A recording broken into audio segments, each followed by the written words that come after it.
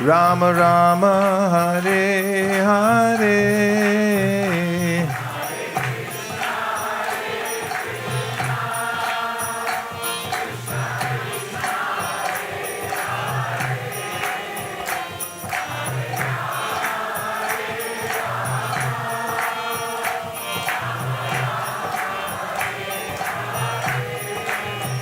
Hare Krishna, Hare Krishna, Krishna Krishna, Hare Hare, Hare Rama, Hare Rama, Rama Rama, Hare Hare, Hare.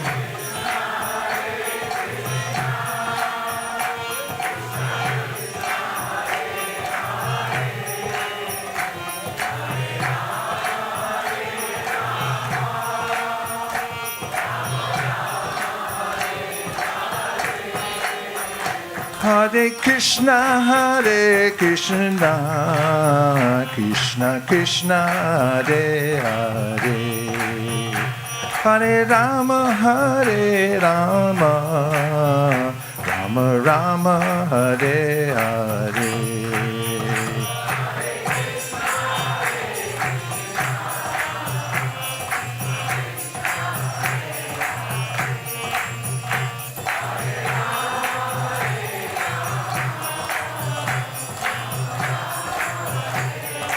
Hare Krishna, Krishna Krishna, Hare Hare, Hare Rama, Rama Rama, Hare Hare.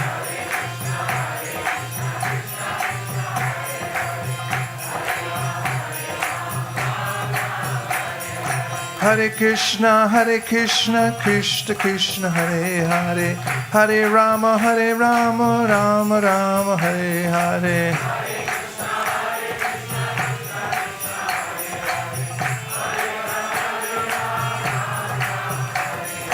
Hare Krishna, Krishna Krishna, Hare Hare, Hare Rama, Rama Rama, Hare Hare.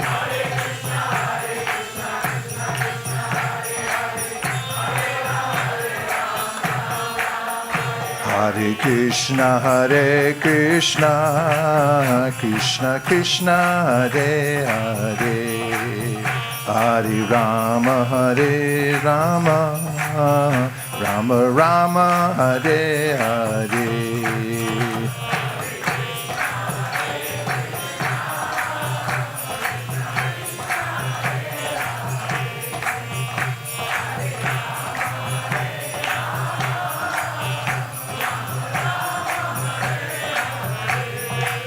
Hare Krishna,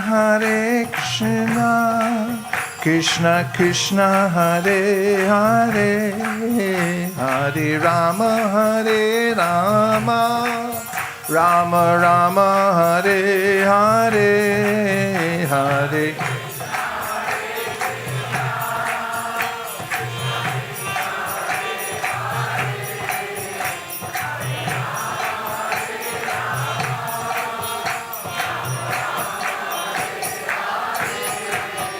Hare Krishna, Krishna Krishna, Hare Hare, Hare Rama, Rama, Rama Rama, Hare Hare.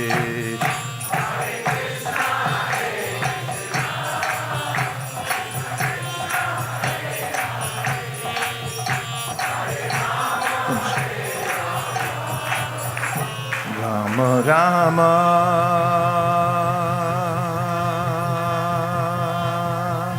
Hare Hare,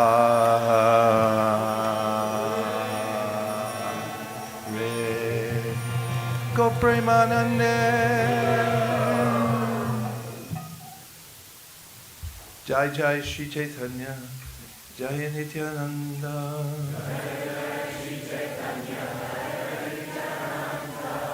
Jai Advaita Chandra, Jai Gaura Bhaktivedanta.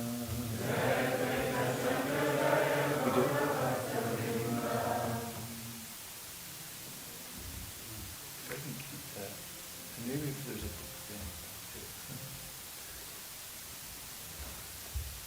we could just have a Mangala Charan before we begin from the Chaitanya Charitamrita. If it's possible to put up on the board, then everyone can follow. Just put CC Adi Lila, verse 1. The first 14 verses are the Mangala Charan for the book. Yes, please. It begins with Vande Gurun Isha Bhaktan Ishan Isha Vadarakan Tapakasham Satat Shakti Krishna Chaitanya Samvedam. Krishna's Kaviraj Goswami mentions that this Mangala Charana creates auspiciousness and it also fulfills all desires, which is something related to today's verse, which is about respect and how we advance in devotional service through the association of devotees and respecting devotees. Of course, I'm giving the positive side of it. Hate to even mention the word, but the word blasphemy comes up, spoiler alert, in the verse today. And the opposite of that is to show respect to Krishna and his devotees, or the opposite direction, devotees and then Krishna. So, do we have it up? It's there?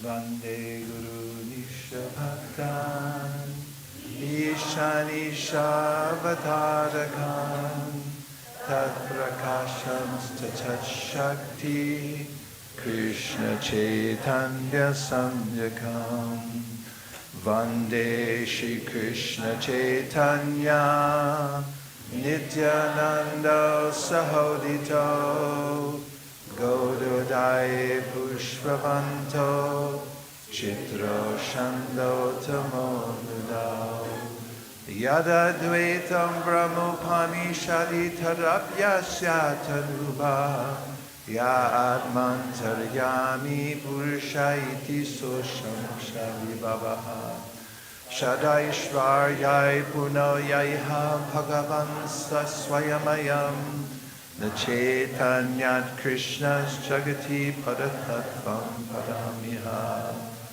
Anarpita Charim Shirat Karunayavatirna Kalau Samarpaitu Munato Jwalarasam Savakti Shriyam Hari Purata Sundara Duti Kadamba Sandipita Sadarya Kandare Spurutubha Sachinandana Radha Krishna Pranaya Vikritir Ladini Shakirasmat Ekat Manav Apipuvi Pura Deha Bhedam Gatau Tau Chaitanyakyam Prakadamaduna Tadvayam Chakyamatam Tadbhavajas Sripam Nami Krishna Swarupam Shri Radhaya Pranaya Mahima Kidrisho Vanaya Eva Swadyo Yena Bhuta Madarima Kidrisho Bhamadiyaha Saukyam chasyat mat anubhavata kidrisham veti lobhat tadbhavadya sachigarbha sindho parindu sankarshana karana toashayi ayodashayi chapayodishayi sheshaschayasyam shakalasa nitya Nandakirama Sharanam Namastu Maya Tite Vyapi Vaikunta Loke Purnaishvaryeshi Chaturvyuha Madhye Rupam Yasyo Bhati Sankarsanakyam Tamshi Nityanana Ramam Prapadye Maya Partha Janda Sangashrayanga Shete Shakshat Karanam Bodhi Madhye Yastyai Kamsa Shipuman Adi Devas Tamshi Nityananda Ramam Prapadye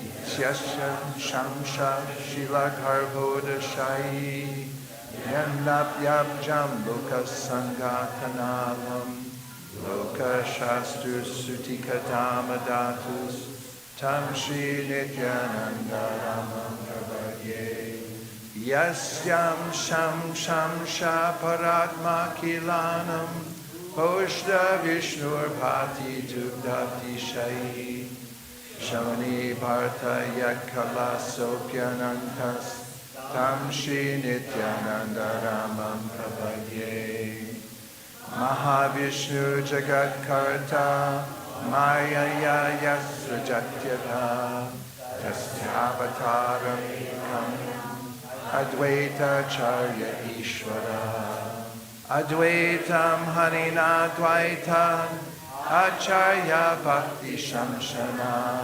Bhaktavataram Evantam Advaita Charyam Ashraye Jagatvam Krishnam Bhaktarupa Sarupakam Bhaktavataram Bhaktakyam Namani Bhakta Shaktikam Jayatam Surato Pangor Mama Manda Matirgati Matsarva Swapadam Bojo Radha Madana Mohano Divyat Vrindaranya Kalpadrumata Srimad Ratna Karasinghasana Stau Srimad Radha Srila Govinda Deva Kleshtali Bisevya Manusvarani Shriman Rasarasarambi Vamshivata Tatastita Karshan Venu Swaner Gopir Gopinata Shriyestunaha Jaya Jaya Shri Chaitanya Jaya Nityananda Jaya Dvaita Chandra Jaya Gaura Bhakta Vrinda 18 Thakur Gauriyake Karyachina Atmasa 18 Era Charan Vandon Tine Marana Mangala Charana Guru Vaishnava Tine Rasmanana Tine Rasmanay Hoy Vinashana Shita Purana Jai Shri Krishna Chaitanya Prabhu Nityananda Sri Advaita Gadadhara Shivasadi Gaura Bhaktavinda Hare Krishna Krishna Krishna Hare Hare Hare Rama Rama Rama Hare Hare.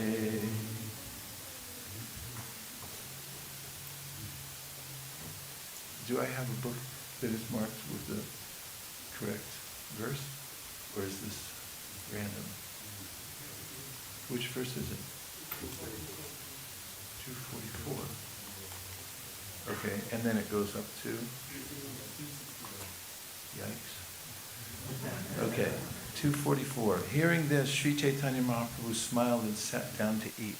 The Bhattacharya, with great pleasure, first offered him the prasadam from the Jagannath temple. This is, for context, Sri Chaitanya Mahaprabhu was invited to the house of Sarvabhauma Bhattacharya and his wife, who cooked for them.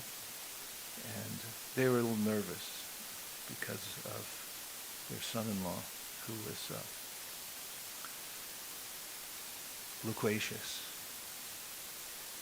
At this time, the Bhattacharya had a son-in-law named Amogha, who was the husband of his daughter Sati. Although born in an aristocratic Brahmana family, Amogha was a great fault finder and blasphemous. Amogha wanted to see Sri Chaitanya Mahaprabhu eat, but he was not allowed to enter. Indeed, the Bhattacharya guarded the threshold of his house with a stick in his hand. However, as soon as the Bhattacharya began distributing prasadam and was a little inattentive, Amogha came in. Seeing the quantity of food, he began to blaspheme. This much food is sufficient to satisfy 10 or 12 men, but this sannyasi alone is eating so much. As soon as Amogha said this, Sarvabhauma Bhattacharya turned his eyes upon him. Seeing the Bhattacharya's attitude, Amoga immediately left. The Bhattacharya ran after him to strike him with a stick, but Amoga fled so fast that the Bhattacharya could not catch him. The Bhattacharya then began to curse his son-in-law and call him ill names. When the Bhattacharya returned, he saw that Sri Chaitanya Mahaprabhu was laughing to hear him criticize Amoga.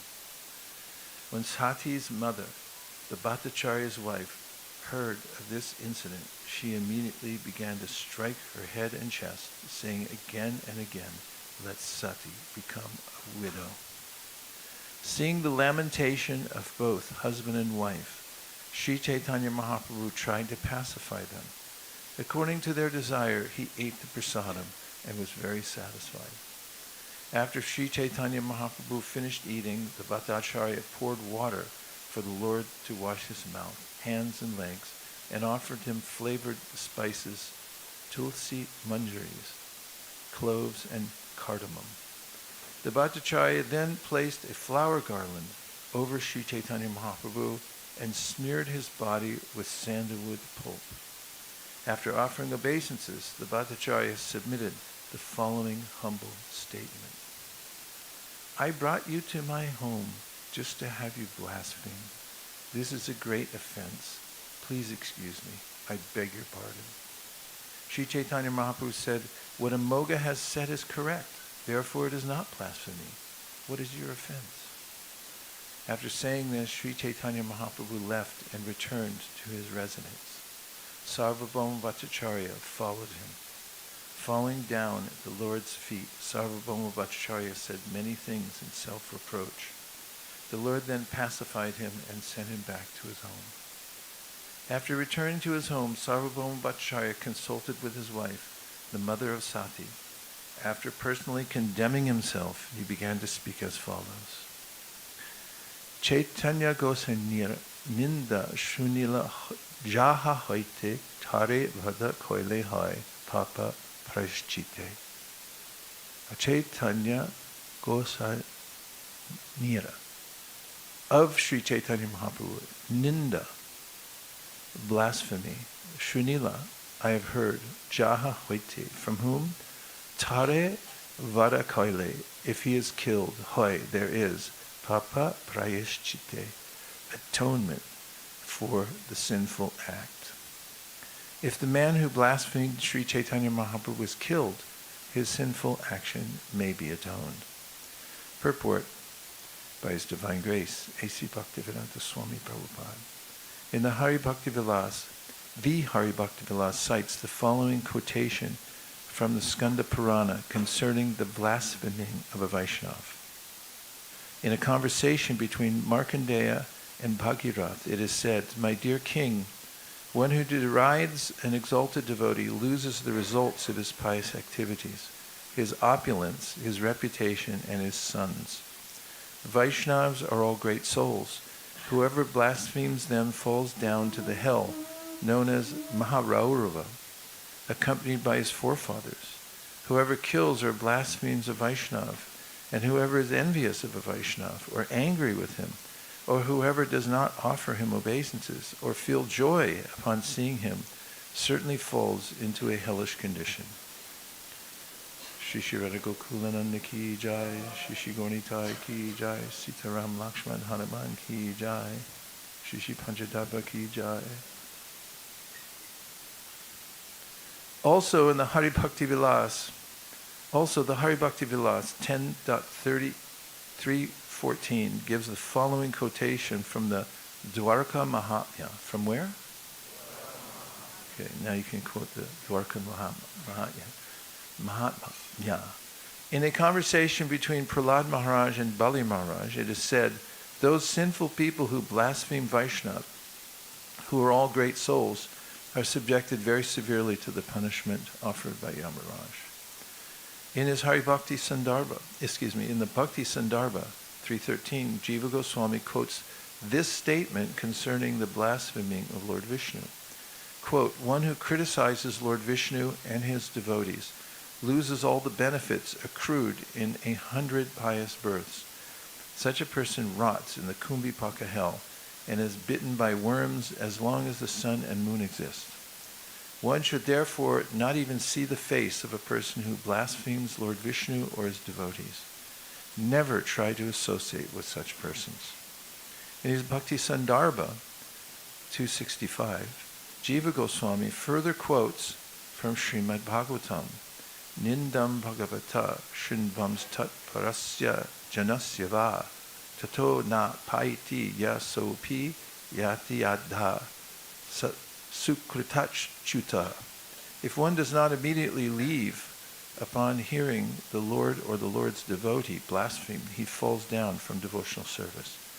Similarly, Lord Shiva's wife Sati states in Srimad Bhagavatam 4.4.17, Karo Pidaya Niradat Karo Pidaya Niradat Yadakalpa Ishe Dharma Vaitari Yashnibir Nribir Asyamane Chindyat Prasya Rushitim Asatim Prabhushched Jihvam Asun Apitato Visurujet Sadharmaha.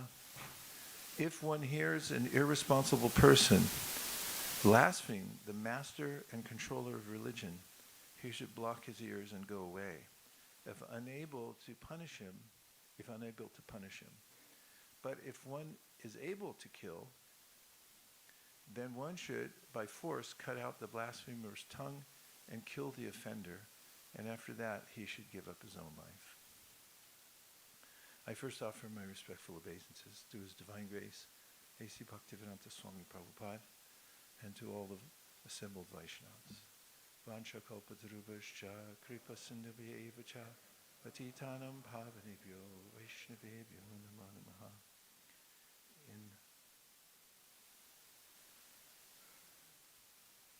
I noticed if one hears an irresponsible person blaspheme a devotee, then one's own devotional service is diminished. So there's a responsibility that one has to respect Vaishnavas. And of course, we should respect all beings. In the Sri Upanishad, it is said, presumably by Swayambhuva Manu, Yasmin sarvani bhutani atmaivad budbijanataha tatrako mohukashoka ekatvam anupashita. Yastu sarvani bhutani atmani vanupashati sarva bhuteshu chatmanam tato na vijagupsate. The one who sees all living beings as spiritual sparks in quality one with the Lord becomes a true knower of things. What then can be illusion or anxiety for him? And yastu sarvani bhutani atmani vanupashati. Anupashati means one should follow this system, which is created by great souls who actually see beyond the body. The reason it says anupashati is because one should imitate such persons and artificially consider every living being to be a pure devotee. As we hear sometimes, a devotee in an exalted state sees everyone engaged in Krishna service except for him or herself.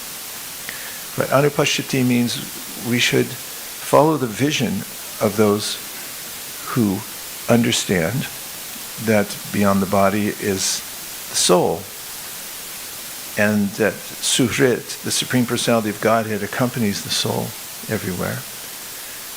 If one is able to respect each body, as Prabhupada gives the term, a tabernacle, which is in one sense a physical object that is used in some religious systems. It's a box, contains the supreme essence, and some religious systems would carry that box wherever they went and set it up and worship it. There's one in I can't remember which airport because we've been through so many, but there's a prayer room in which there's a tabernacle. I finally saw one for myself. You have to go to the airport to find them, I guess. And there people worship. So Prabhupada calls the human being, no, all living beings, as tabernacles. They're walking tabernacles. Tabernacles were used by nomadic people who would they carry that box with them and worship. So the metaphor is that the bodies we see in this world, as per Krishna's observation about the most highly advanced devotees, they see beyond the external feature of the body, and they see the soul. What's more, they see the super soul accompanying the soul. And therefore, there's no sense of disgust. Vijagupsate in the Sri Upanishad means they're not disgusted with anyone because they see that it's only the external covering that becomes degraded by the three modes of material nature. But the soul within is pristine, and the soul is accompanied by the Supreme Personality of Godhead. Therefore, they respect all beings, whatever. Vidya vinaya sambhane brahmane gavihastini shuni chaiva shupake cha pandita samadarshina. Krishna said, this is a learned person, has knowledge to understand the difference between the soul and the body. Kshetragnam chapimam vidhi sarva kshetrishu bharata kshetra kshetragyanam yatach jnanam matam mama. Krishna said, this is real knowledge, to see the difference between the body and the field, he calls the body, and the knower of the field, that make a separation. Therefore, there's this sense of respecting all living beings. Nonetheless, those who are Madhyama Adhikaris are enjoined in the Srimad Bhagavatam by Haviyogendra, Ishvare Taradineshu Balisheshu Dvisatsucha Prema Maitri Kripopeksha Yakuroti Samadhyamaha. One should be discriminatory in interacting with the world. Even as we keep this vision of respect or attitude of respect to all the living beings, we should still have a view of four categories. One is we should understand the category of Vishnu Tattva, the Supreme Personality of Godhead, and know that our self-interest lies in giving all love and respect to Krishna. The next category is the devotees. Adineshu. They are, as we find throughout the Srimad Bhagavatam, which one might argue, one say, oh, it's about Krishna, and say, not exactly. It's actually about Krishna's devotees. Take the 7th canto, for example. Oh, this is about Nrsingadev. Well, if you want to use AI and figure out how much time is devoted in the 7th canto to Prahlad Maharaj versus Lord Nrsingadev, you'll find that it's mostly about Prahlad. And throughout the Srimad Bhagavatam, we find that the devotees are exalted, as does Krishna exalt the devotees. Himself, Mad Bhakta Puja Bhyadika, he mentions in the 11th canto of the Srimad Bhagavatam to Sri Uddhava, that if you want to do first-class worship to me, you worship the Vaishnavas. In fact, in the Padatis, it's also enjoined that if a pujari is doing some service and a Vaishnav comes in, then one has every right to stop the puja to Krishna, to greet the Vaishnav, make sure the Vaishnav is offered a seat, some refreshment, wash their feet, whatever is necessary to make sure they're comfortable. Then you can go back to your worship. Otherwise, it's not first-class worship. Why? Because Madbhakta Puja Vyadika, Krishna's there, he wants to see that his Vaishnavas, his devotees are worshipped. And we find in the story of Bahulashva and Shrutidev, when Krishna decides to go visit his devotees, he takes with him sages from all over the universe, and invites them to sit down on his chariot and take the ride to Mithila, where he'll meet with Shrutidev and Bahulashva. You remember this story? Say yes. And as they, well, I'll keep it short because it's just to make a point. When Krishna and the sages arrive at the home of Shrutadev and Balalashva, which apparently are near one another, he expands himself into exact same Krishna and all the sages as well. And he goes to each one of their homes at the same time. And each one of them feels that Krishna's only coming to my house. We know that he's done this many times. And there he's worshipped by the king, Bahulashva, with opulence. Shrutadev, on the other hand, is a sadhu type. He just has simple offerings. He accepts their offerings and is inclined to stay in their homes. And after all, he made the journey all the way from Dwarka to come to visit his devotees. And the specific incident I'm coming to is that when he's at the home of Shrutadev, Shrutadev washes the Lord's lotus feet, sprinkles the water on the heads of all his family members, and then begins to glorify Krishna in his home. Midway, Krishna stops him and says, "Enough. Stop glorifying me. These sages are in your house. You glorify them." Much is made of this because this is Krishna's heart. Saravo hridayam mayam, sadhanam hridayam tvaham, madanyate najanati, nahatebhyo managapi.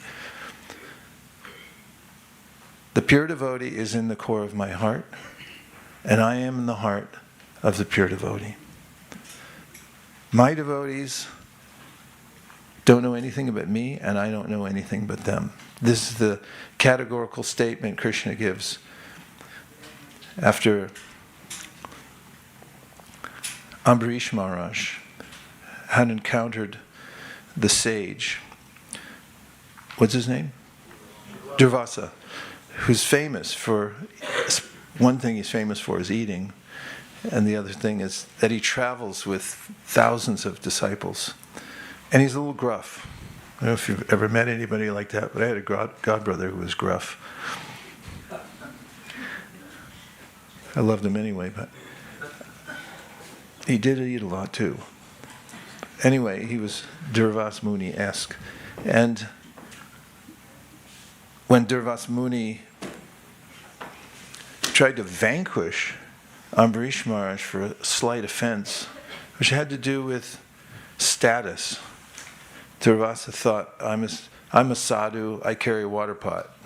No, let me do it the other way. I carry a water pot, therefore I'm a sadhu.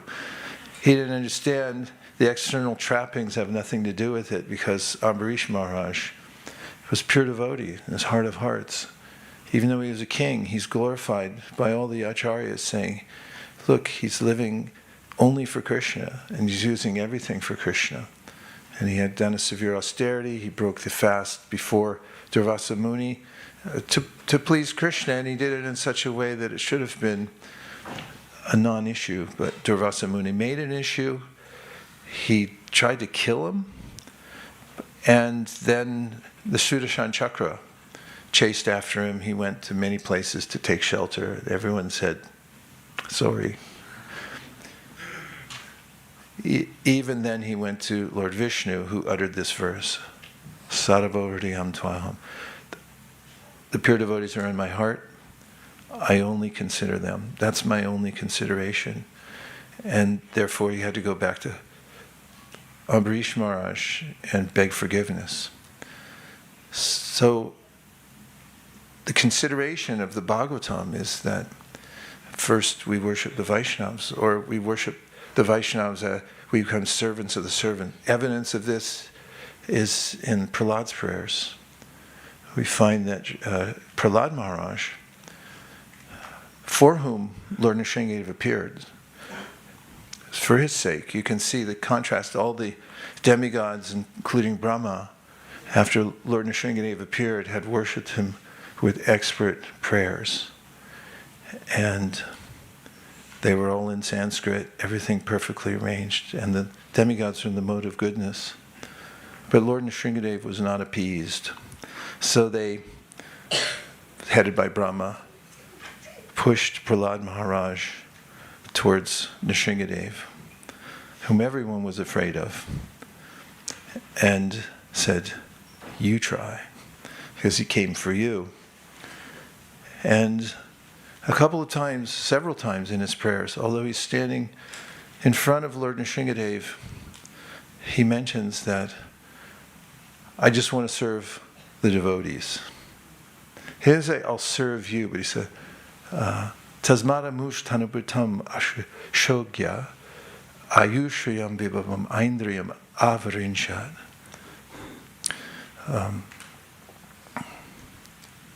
Vilulitan uruvikramena kalatmano panayamam nijabritya parshvam. Tasmada mush tanubutam ashishogya.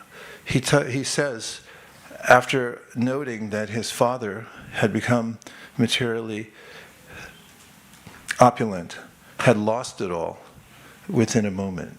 Vilulitan means there's reversal. And he says, therefore, Tasmad amush tanubritam aham ashishogya ayushriyam vibhamam Aindrim avarinsha ne chami te vilulitan udavikramena kalatmano panayamam nija britjam parshvam. Britya means a servant of the Lord. So he says to the Lord that I saw that my father had everything, but he lost it all in a second because of vilulitan. Everything turns on its head in the material world. And whenever you think that you have whatever opulence you have, you're going to lose it. And he says, Ne chami te vilulitan uruvikramena, O my Lord Urukrama, who performs great acts. He said, I don't want anything. I don't want any benedictions. I don't want anything to do with the material world. What do you want? He says that just Nija Britya Parshvam. Nija, your Britya servants, Parshvam, your associates. I just want to serve them. So he's before the Lord and he says, I just want to serve the devotees.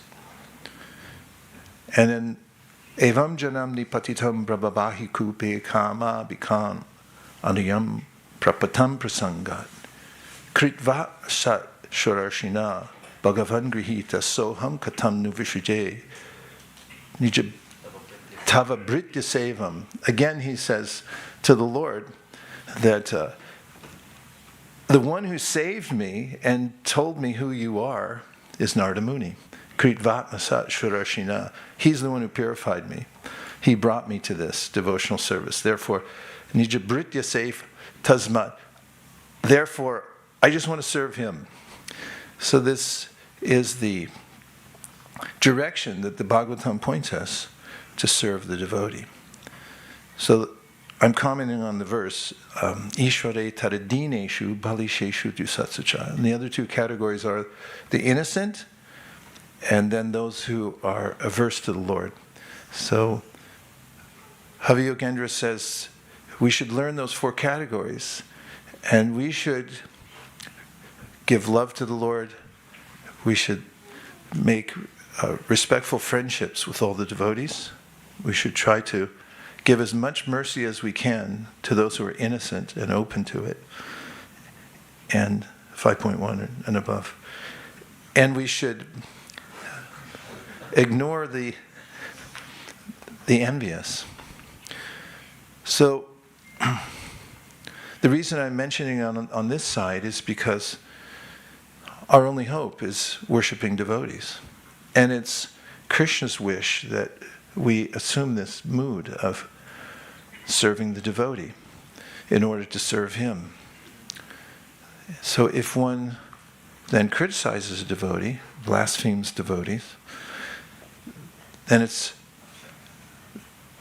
there's a diminishment of one's ability to worship the Lord. Or it can be destroyed. Destroyed how? Well, Chaitanya Mahaprabhu gives this metaphor, as we all know, in the Sri Chaitanya Charitamrita. He talks about how the reason we're able to worship him in the first place, we're able to worship the Lord in the first place, is because we get help from a Vaishnav, who he calls a Vaidya, Vaidya means a doctor. And he says that the soul is wandering everywhere, and the only hope for the soul is to meet a devotee. And he says that the devotees, Brahmanda Brahmate Kon, Bhagyavan Jeev, Guru Krishna Prasadi Pai Bhakti Lata Bij, that when one meets a devotee, that's from whom he gets the seed of devotional service.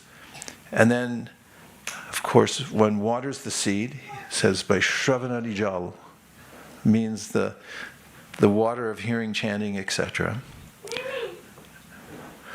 We have a Kumbh Mela going on. And then he says, you have to protect the creeper.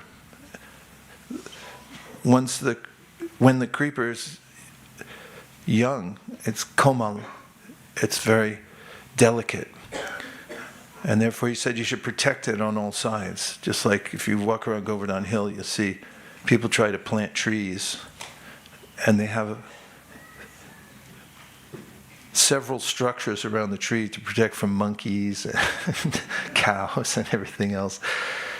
Yeah, I wonder how the creeper gets any light. The young tree, the sapling, gets any light because it's protected on all sides. But Chaitanya Mahaprabhu indicates you should protect your creeper like that.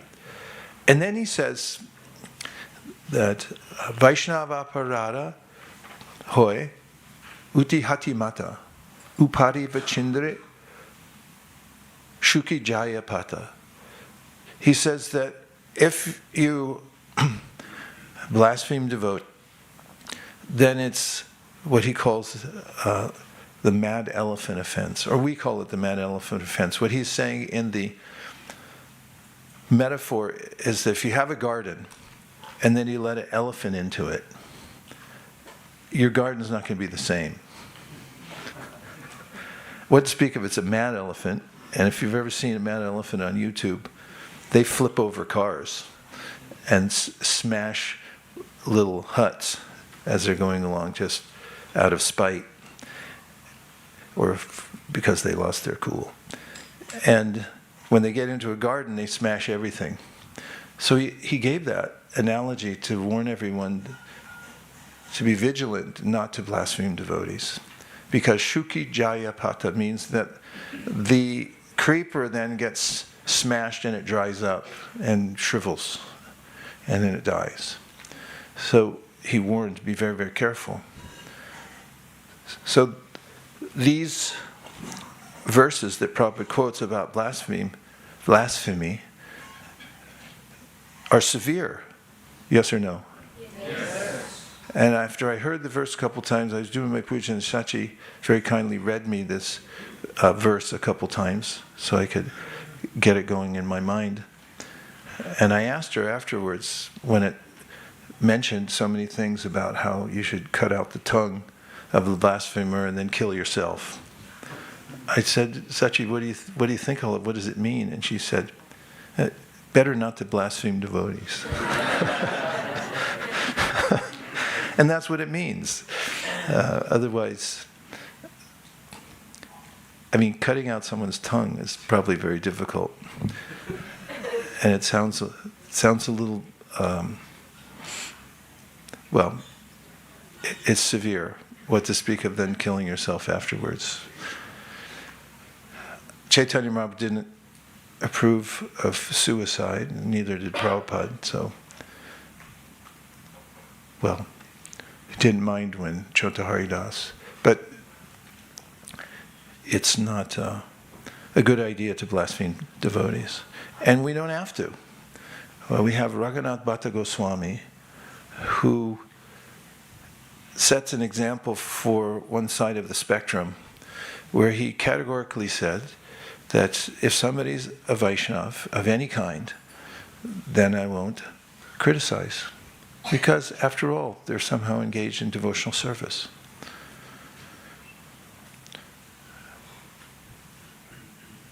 And there's also Krishna's direct statements about devotees, where he says, Apichet Sudaracharo, Vajate Mamananya Bhak, Sadar Eva Samantavya Samyak Vyavasito Hisa. If somebody's intention is to be a devotee, but does something that is worldly, Sudaracharo means it's really not great. Euphemisms. It's horrible.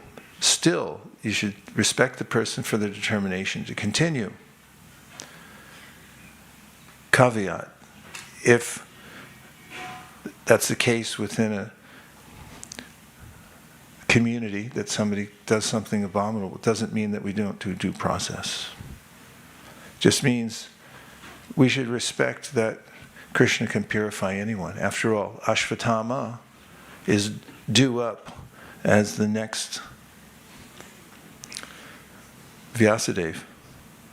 And Ashvatthama, well, I won't go into it. You all know what he did. Don't even want to talk about it.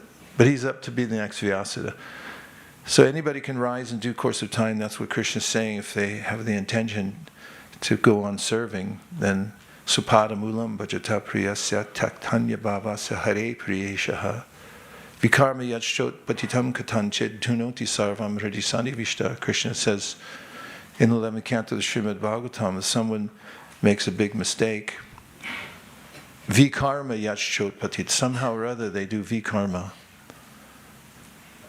He says if they continue doing devotional service, then all take care of it from within the heart. So, I'd also note that Chaitanya Mahaprabhu didn't take this seriously in the context. The Sarvabhauma Bhattacharya's son-in-law had uttered these harsh words towards him irresponsibly. He was uncontrolled. Afterwards, he becomes ill, and Chaitanya Mahaprabhu goes and helps to bring him back to Krishna consciousness, or into Krishna consciousness.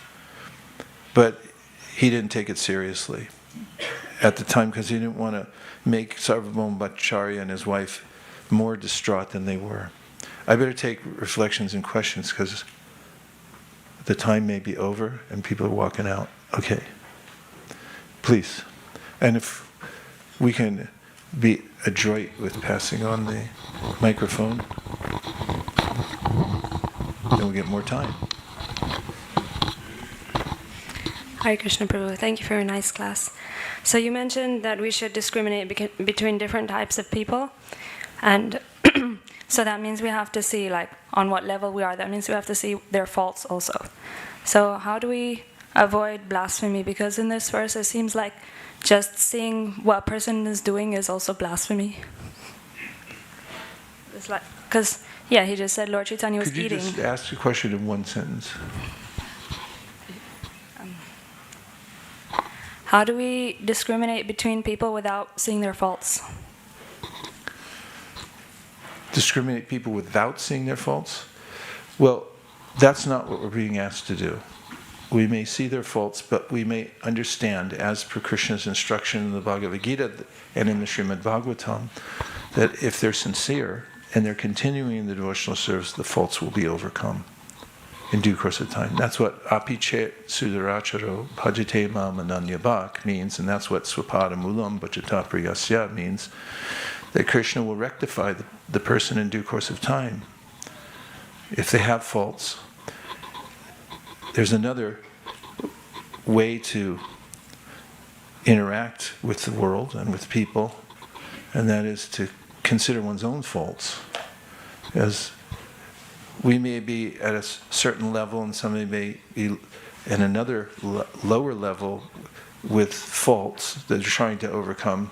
We have to remember where we came from. In fact, Prabhupada writes a purport to that effect, where he says every one of us should remember where we came from. He says every one of us. He said remember where we came from. Because you might say, who let that guy in here? And so I go, who let you in the first place? We're all being given a dispensation by Krishna, so we should give dispensations to others. If they have faults and they're sincere, they go on. Generally, Prabhupada was lenient with sensual fall downs. Philosophical fall downs he found more consequential, therefore he would separate people until they were rectified philosophically, because he didn't want them contaminating anybody else. And if they were belligerent, if people were belligerent or rejected Prabhupada, then Prabhupada, he let them go. Because it's not our business to foster and take care of people who are blasphemers. So we should be careful. Anyway, the first answer is what I gave. We should see that their faults will be overcome if they're sincere and they continue in devotional service. Yes?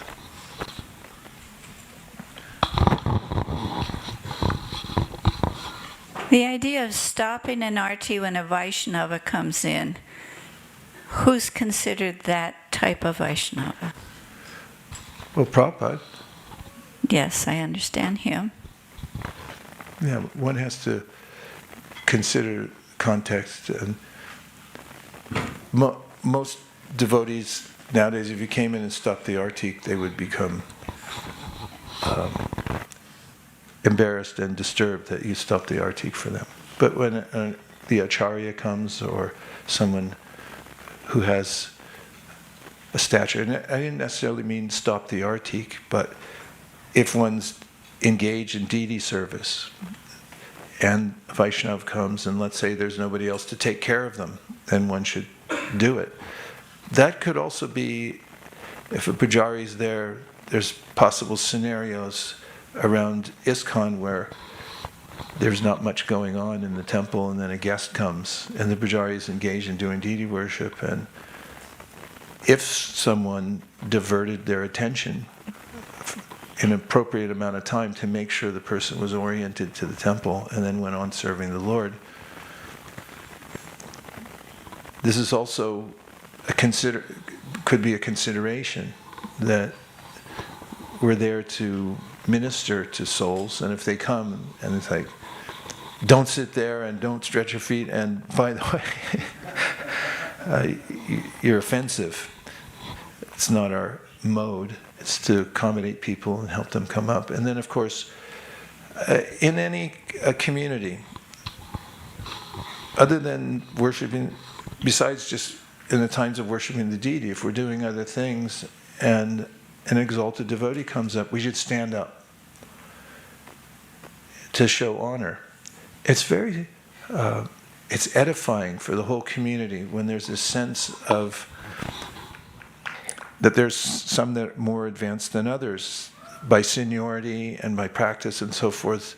And I find when there's this etiquette of showing respect to seniors, as is recommended, Krishneti yasya giritam manasadriyeta dikshasti chet pranati bishta bhajantamisham shushushaya bhajana vignamananyanmanya nindari shunya hridimipsita sangalabhya. This is Rupa Goswami's suggestion that we see this hierarchy, even for those who say Hare Krishna. It could be somebody who's deranged on the street. We had yesterday, we were down in Watford, or up in Watford, or whichever direction it is, and we were distributing books.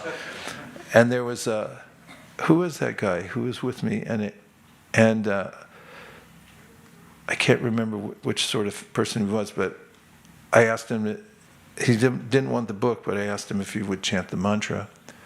And he said, do you remember that? He goes, no, I'm not going to chant Hare Krishna. And all the devotees are like, okay. So he says, if Giritam Manasa, if you hear him say it, then there's those who have taken a vow to chant Hare Krishna, you should respect them. That's not ordinary. And then there's those who become advanced to the point that nindadi shunya, they're free from the propensity to criticize others. You can tell that they don't have the propensity anymore. And even if it comes up, they bring it back. I just noticed the other day when we were reading about Vidura, when he's talking to Uddhava, and they're reminiscing about great devotees, and he remembers Akrura. Can anybody think of anything Akrura did in his life? He's done lots of stuff. But the only thing that he brought up in that conversation, which was in the mood of glorifying devotees and the holy places was that Vidura had fallen on the ground when he came to Vrindavan and offered prayers. I mean, he could have thought of the Shamataka jewel, and I won't go into any of the details. But he didn't say that. He didn't try to balance it out to show that he just glorified him. He overlooked the faults, if there were any. And so does Krishna. It's an enigmatic story about Akrura and how he gets implicated. But Krishna still loves him. Anyway, yeah, it's etiquette should be there, and it should be from realization of how dear the devotees are to Krishna. We have 5 minutes left? Okay. Would you like to bring out more? Because I just gave such a brief. Yes, Prabhu. Hare Krishna. May we? Thank you. Hare Krishna. Sometimes you see on internet, everyone has a pity story to tell. I mean, within ISKCON. Not everyone, but there is a sense that devotees they've been victimized by something or some offenses. So I was wondering, if your senior devotee he begs for forgiveness, but he doesn't get it from the receiver due to their lack of mercy or whatever, how do you get absolved? Because Krishna, he washes his hands. He doesn't get involved in that. How do you get purified by an accidental blasphemy towards, let's say, a neophyte or towards a devotee who doesn't forgive you? Because there's a lot of that going on. Well, you'd have to see individual cases to comment on it. Because a lot, and just the general idea, the malaise that takes place because of the forum that's a little impersonal, where people feel okay to put things out, and maybe they're lonely and they like attention. It's not an ideal forum for finding heart-to-heart discussions and forgiveness and so forth. And there's always a sense there that things are on display. So it may not be helpful to try to have a meaningful conversation with somebody through texting. In fact, I think it's well known that if you have a relationship, you shouldn't break it off by a text. Isn't it? How did you find out? Well, they texted me. That's considered low class. So better, we take time to resolve issues by meeting with devotees. Dadati pratigranati, bring a gift, heart to heart. I've seen it in management. There have been seemingly intractable differences between two devotees or two parties that have gone on for around 20 years, let's say. And then when someone gets a brilliant idea, it's like, why don't we meet and talk instead of texting? It gets resolved. I was once part of a mediation because I was invited to it by the person was for whom the mediation was being held was a little estranged from ISKCON, and you had to choose 3 people on one side, 3 people on the other side, and I got chosen. I was supposedly anyway, whatever it was. My observation was the mediation was there were differences of opinion, and everything got resolved at prasadam time. I was amazed, and it reminded me of Kurukshetra when everyone was fighting, and then they get together, and it's like, hey, would you like a samosa?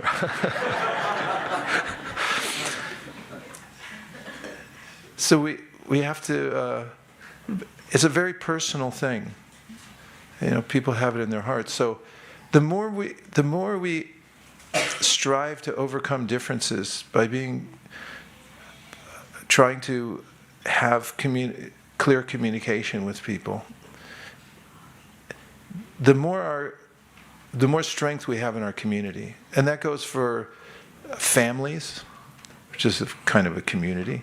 They have something in common, they're all related, or a small group or a large group. Whenever we take the trouble to try to resolve differences by being very personal, meeting together, ishtagoshti, discuss it, if necessary, with others there to help mediate, it's the biggest victory we can have. It's possible to have large groups of people, and then there's a sense of tension because there are unresolved issues. And there will always be unresolved issues. I'm not advocating for utopia, nor did Prabhupada. Prabhupada didn't, therefore I don't.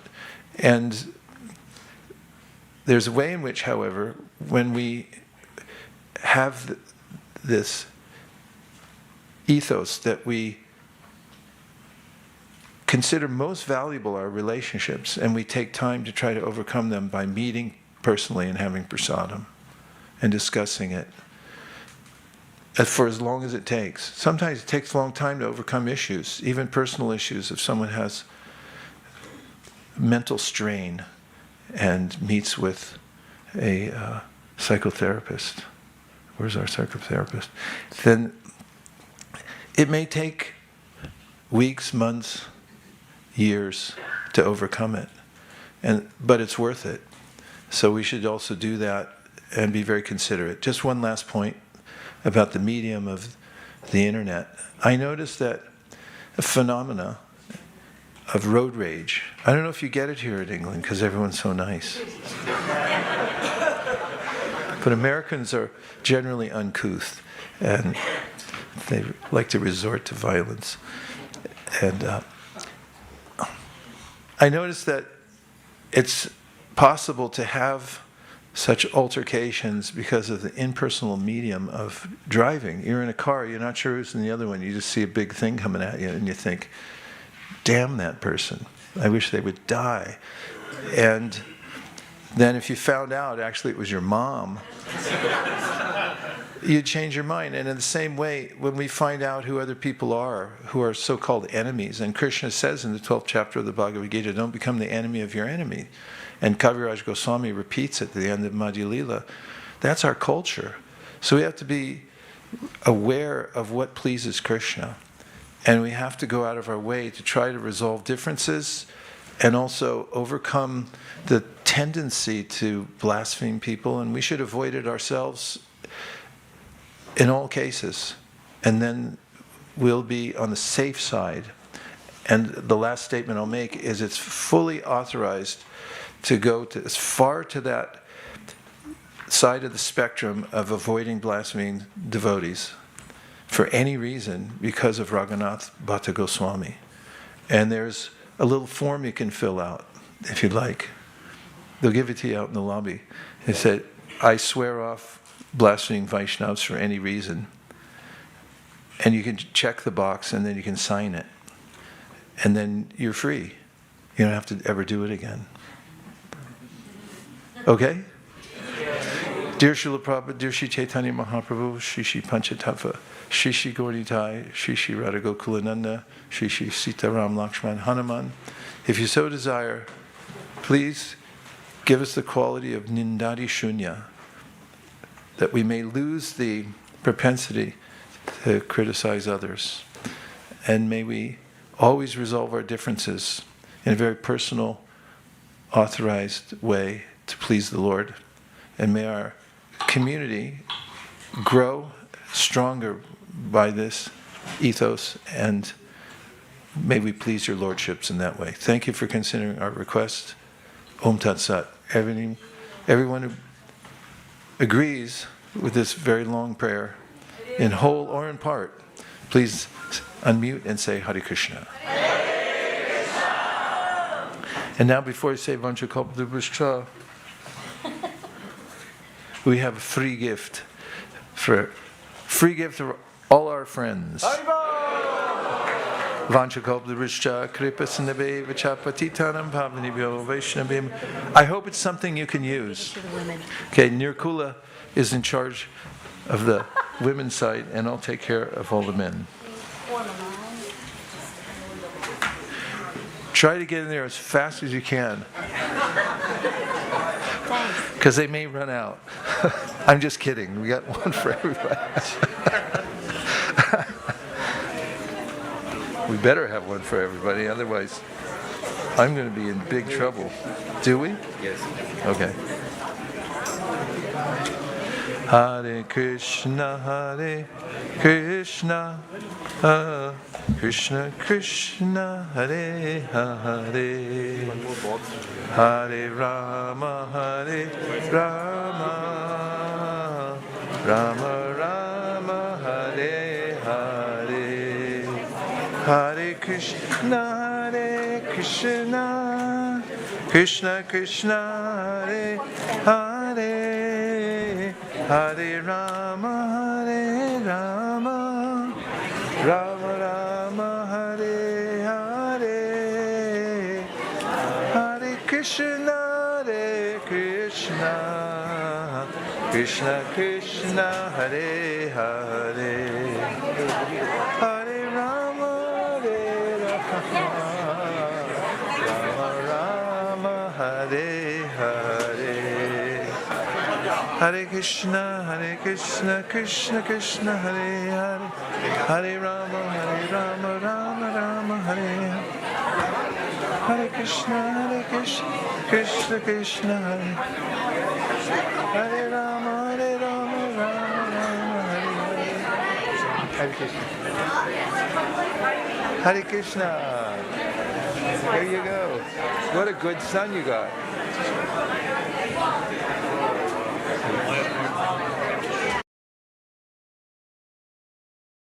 Hare Krishna, Krishna Krishna, Hare